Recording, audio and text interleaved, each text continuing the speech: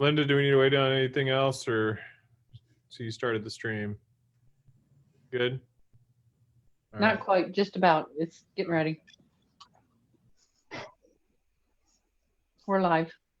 All right. Call the Board of Alderman work session to order. We have one agenda item, which is the discussion of sewer billing for new construction. Take it away.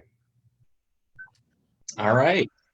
Yeah, tonight we'll talk about looking at changing our policy on what we do for winter sewer averaging for new customer accounts, and in looking at that discussion and possibly pursuing a change in policy. I'm going to take you on an overview of winter sewer averaging.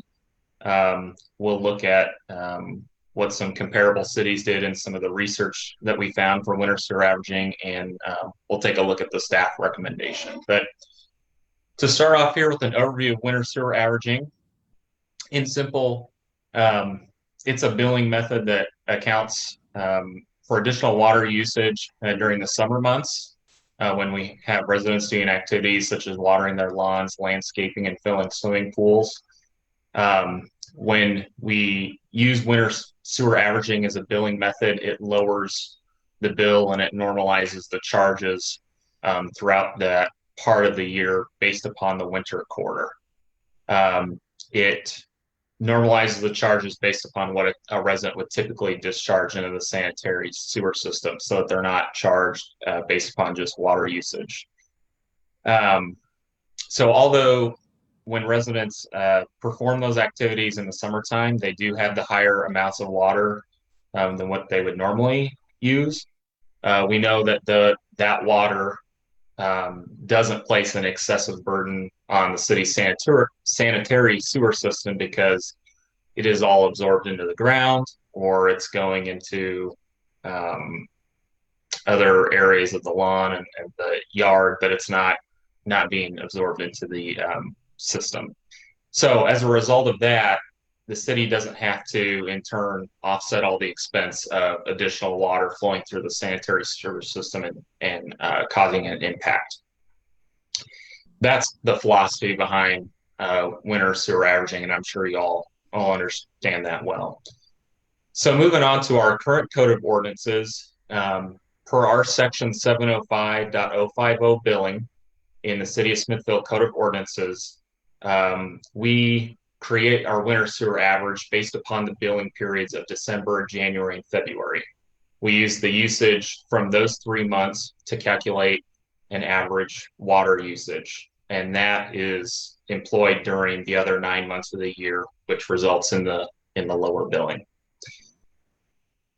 At this time, our Code of Ordinances states that if a customer hasn't established a winter sewer average, the customer will elect to either have sewer charges based upon water that's used in the current month, which is really just a volume used method. They'll be charged according to the amount of water that they use.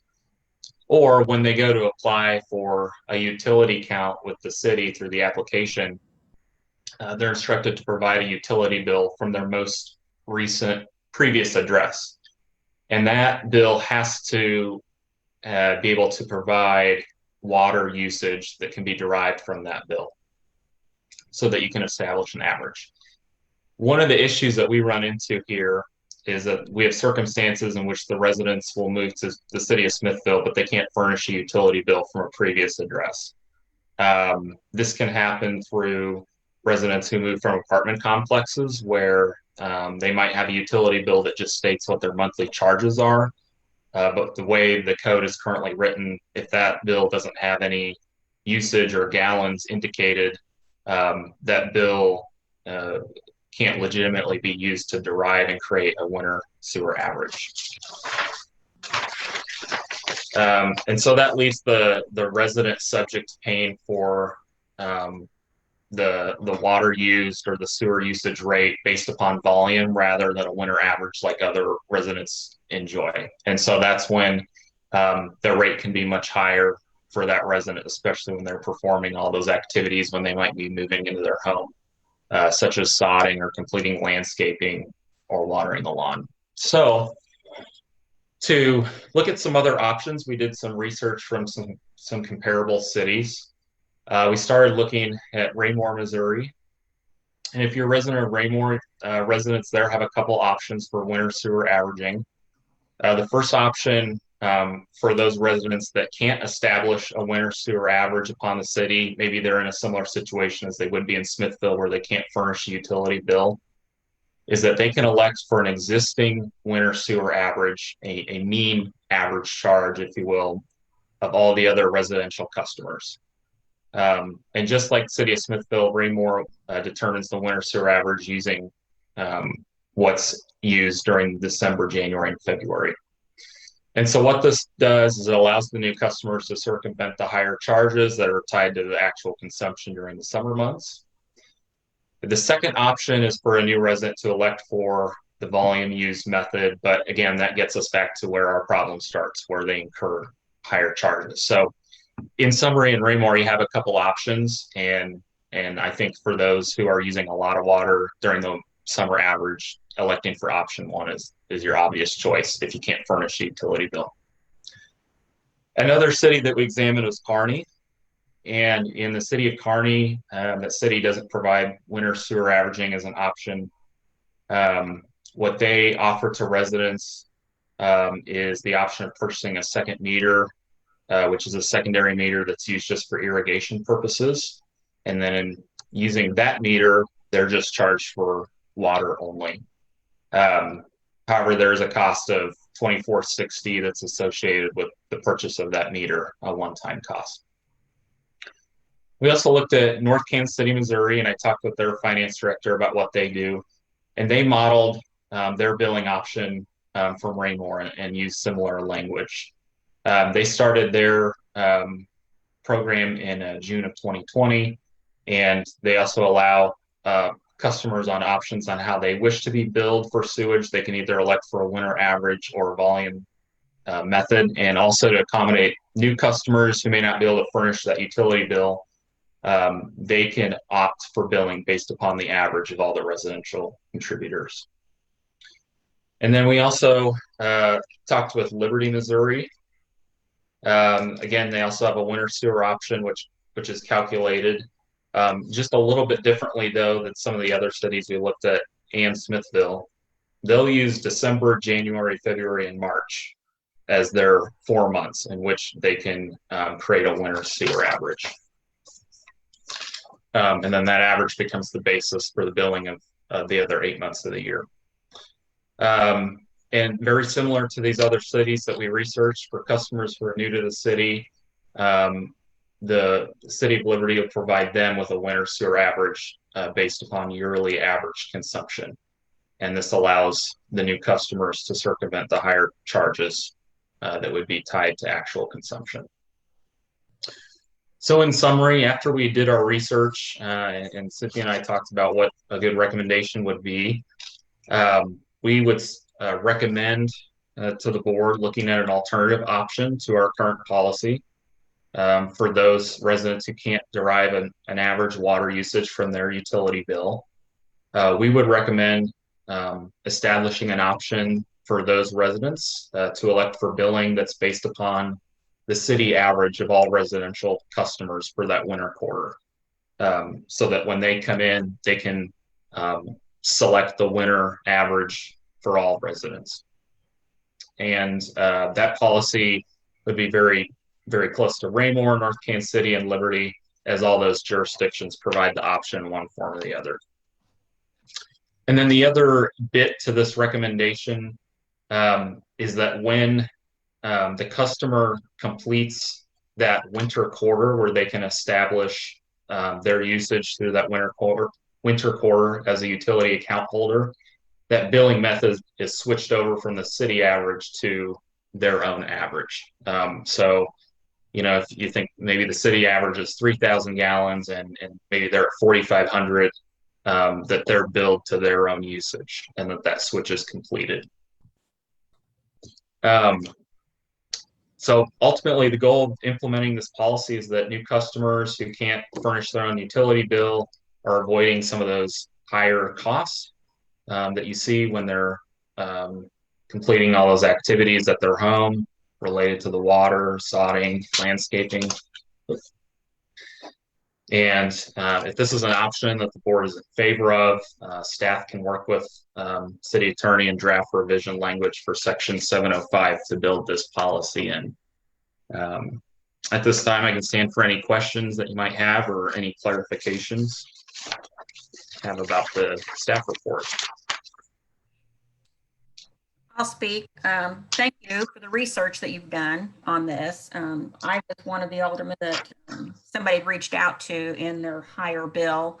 So I do like the option that you're looking at maybe presenting to us of that city average of city residentials, and then once they get it established, of moving to their own average, however that could be worded. I would support that. Same here. And do we know what that city average is? Yeah, that's a good question, Jeff. That's something I talked to Cynthia a little bit about. If this is an option that is favored, I can go ahead and do some research and see what that city average looks like in terms of gallons. We have not yet done that research, but we can look into that. I think it's in the water. We talked about it in the water master plan, and that's how we came up with the number for the dog park too. So it's somewhere around like that 5,000 gallon range. Okay. Because we went to higher than that for the dog park, just coming up with that Clay County. So I'm trying to think through. We've got a lot of. Either way, it's a 777. If we change the rates, $8 1,000 gallon on the water side, half that on the sewer side, something like that. And the people that approached us, I mean, their bills were in the hundreds of dollars, right? Yeah, the one I had was over $200.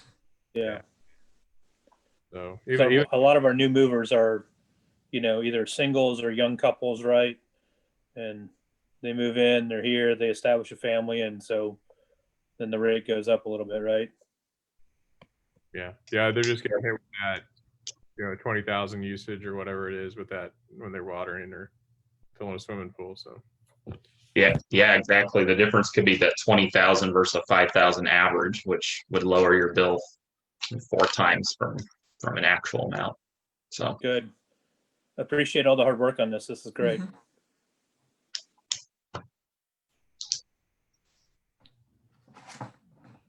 yeah, I think you guys talked about this a few years ago too, didn't you? So if that's the direction the board wants to proceed, as Stephen outlined, we'll have that around. I doubt we'll have it for the February 2nd meeting, but perhaps the second meeting in February, as opposed to February 2nd. And then we'll be able to proceed with that then. And we would still keep in place if they can provide a previous bill, correct? Absolutely. Okay. Yes. Yeah. If they can provide their current usage, that's what we will use.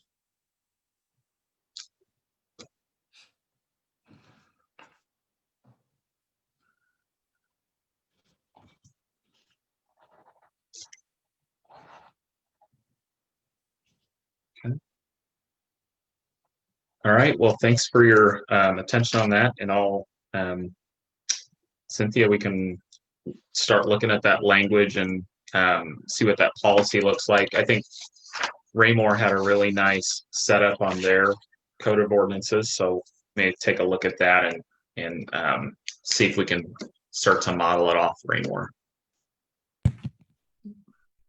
Cool. And I'll echo Jeff's comments. Stephen, thank you very much for jumping in on this. I'll tell a little bit. Stephen has not worked with utilities in previous experience to the degree he's having to now, and has really jumped in and learned a lot about the system, and has done tremendous research on this. So appreciate it.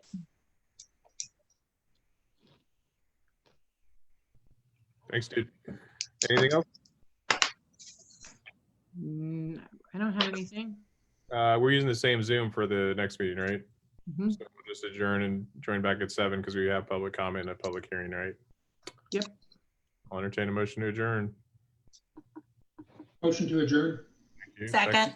Thank you. All in favor of adjourning, say aye. Bye. Aye. Aye. No. All right, stand adjourned. See you in a couple minutes.